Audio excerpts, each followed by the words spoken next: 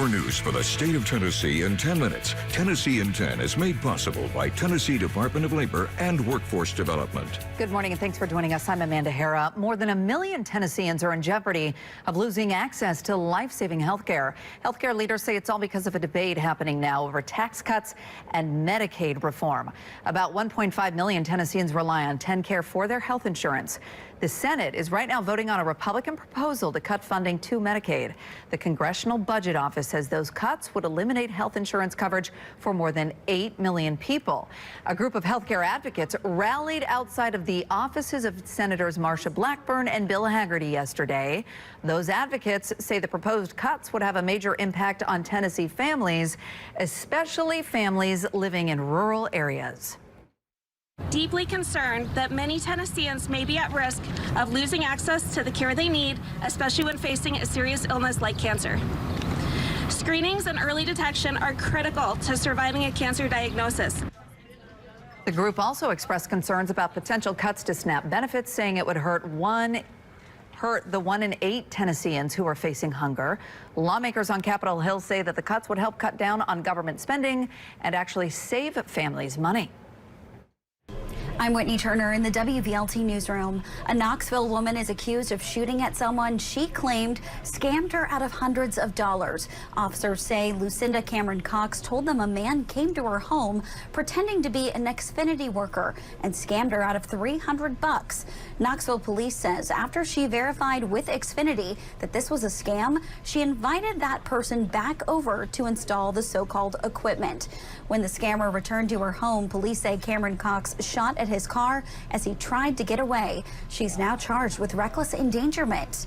The mayor of Alexandria, Tennessee, is facing charges this morning. Beth Tripp was booked into the DeKalb County Jail yesterday following a cancellation of a citation investigation.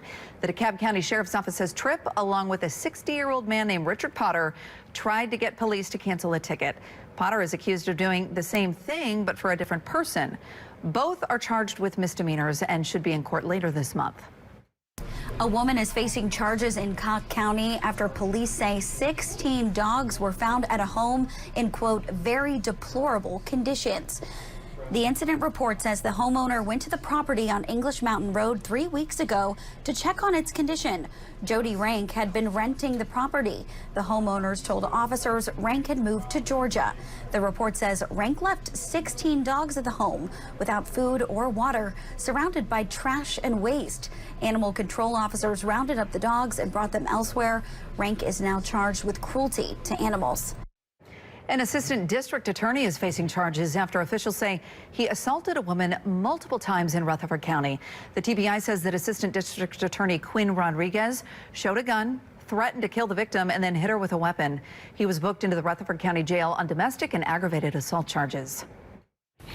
I'm Jerry Askin. FedEx pilots are back on the picket line after years of back and forth. In July of 2023, they rejected a tentative deal offering a 30% raise and pension boost. Now they're calling for better contracts and more investment in American jobs. Union Rep Jose Nieves says the 57-43 vote last year showed the offer just wasn't enough. That was not a good enough contract. So we went back into negotiations. We made our positions very clear to FedEx. And it goes back to the same thing. It goes to the retirement, the job protections, and the quality of life. In a statement, FedEx said it is committed to a fair deal through mediation and that the picketing won't affect service to its customers. From the WMC Action News 5 studio in Memphis, I'm Jerry Askin. Wake Forest University and its head baseball coach Tom Walter are apologizing for what appeared to be a homophobic slur caught by TV cameras during an NCAA regional game against Tennessee. Walter says he's watched the video and doesn't remember the specific moment, but says the language does not reflect his values or the standards of the program. Tennessee beat Wake Forest 11-5 Monday night to win the Knoxville Regional and earn a chance to advance to the College World Series. All right, a lot of us feeling the heat again today, Stefano. Some of us have some unsettled weather coming our way, too. Well, we certainly do. Something to keep an eye out for as we end the week and head into the weekend. Middle Tennessee, West Tennessee tomorrow. It is an isolated severe weather threat, but still a threat we want to keep an eye out for as we get into the afternoon and maybe even into the early parts of the evening as well. Friday, the severe threat expands across more of the state, and it's a little bit more elevated. 2 out of 5 on that scale. What that means for us is that we're expecting more storm coverage, so more of the mid-state sees rain. And as you get up that severe threat scale, it means more severe thunderstorms will be possible. So 2 out of 5 on that scale. We'll get a couple of strong to severe thunderstorms in parts of the mid-state, so parts of the state, I should say. Saturday, severe threat is mostly across southern Tennessee.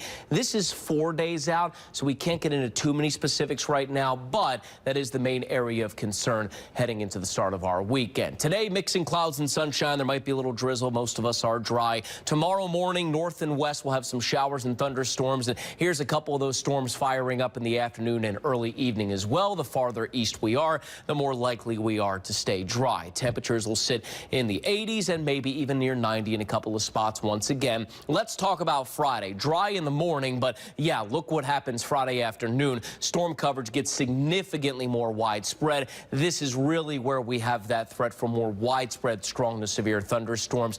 But that should taper off late into the evening and into the early parts of the overnight. Senior centers in Tennessee can now apply for a state grant to improve their resources. Now, a $5 million grant program can benefit seniors at places like Knoxville's John T. O'Connor Senior Center. Every year, they host fundraisers to make ends meet, but sometimes it's not enough.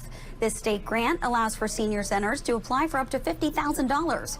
Funds can be used for building improvements, activity planning, or operation costs. Mary Sibbett, the center's program manager, says this funding will help them a lot. We need to be able to update all of our tables and chairs. The tables that we have are very hard and old and heavy to move, which places staff at risk for injuries, as well as our older adult population and volunteers. She says program participants come in every day excited for different programs like music and nutrition classes. She wants to continue to provide these services with updates to their resources. In the WVLT newsroom, I'm Whitney Turner. Back to you. Search crews are still looking for that missing pet zebra on the loose in Middle Tennessee. It's been missing nearly a week now in Rutherford County. A canine search was scheduled for last night. They've got a thermal drone being used to try and find it as well. The operator says that he's covered thousands of acres looking for the zebra over the past few days. In our thought process, this zebra has been avoiding people. He's most likely in an area that does not get a whole lot of attention or eyes in the area where he can hide very well. He says if the zebra is found, there are teams that could tranquilize it, but calling in cowboys to rope it in is also an option. Anyone who sees the zebra is asked to call 911 and report its location. Post Malone is the next artist to open a bar in downtown Nashville. Construction is already happening at 305 Broadway. The TC Restaurant Group says the venue will have 6 bars, 3 stages, a full-service dining room, and a rooftop. No word yet, though, on when it's going to open. And a bronze statue of George Jones now stands outside the Ryman Auditorium. He's one of the most influential and respected voices in country music. Jones joined the Grand Ole Opry in 1956 and graced the Ryman stage several times during his career. He now joins Little Jimmy Dickens, Bill Monroe, Loretta Lynn, and Charlie Pride along the Ryman Icon Walk. Each statue is sculpted by Ben Watts and takes about a year to complete. Thanks for watching Tennessee in 10. Up next.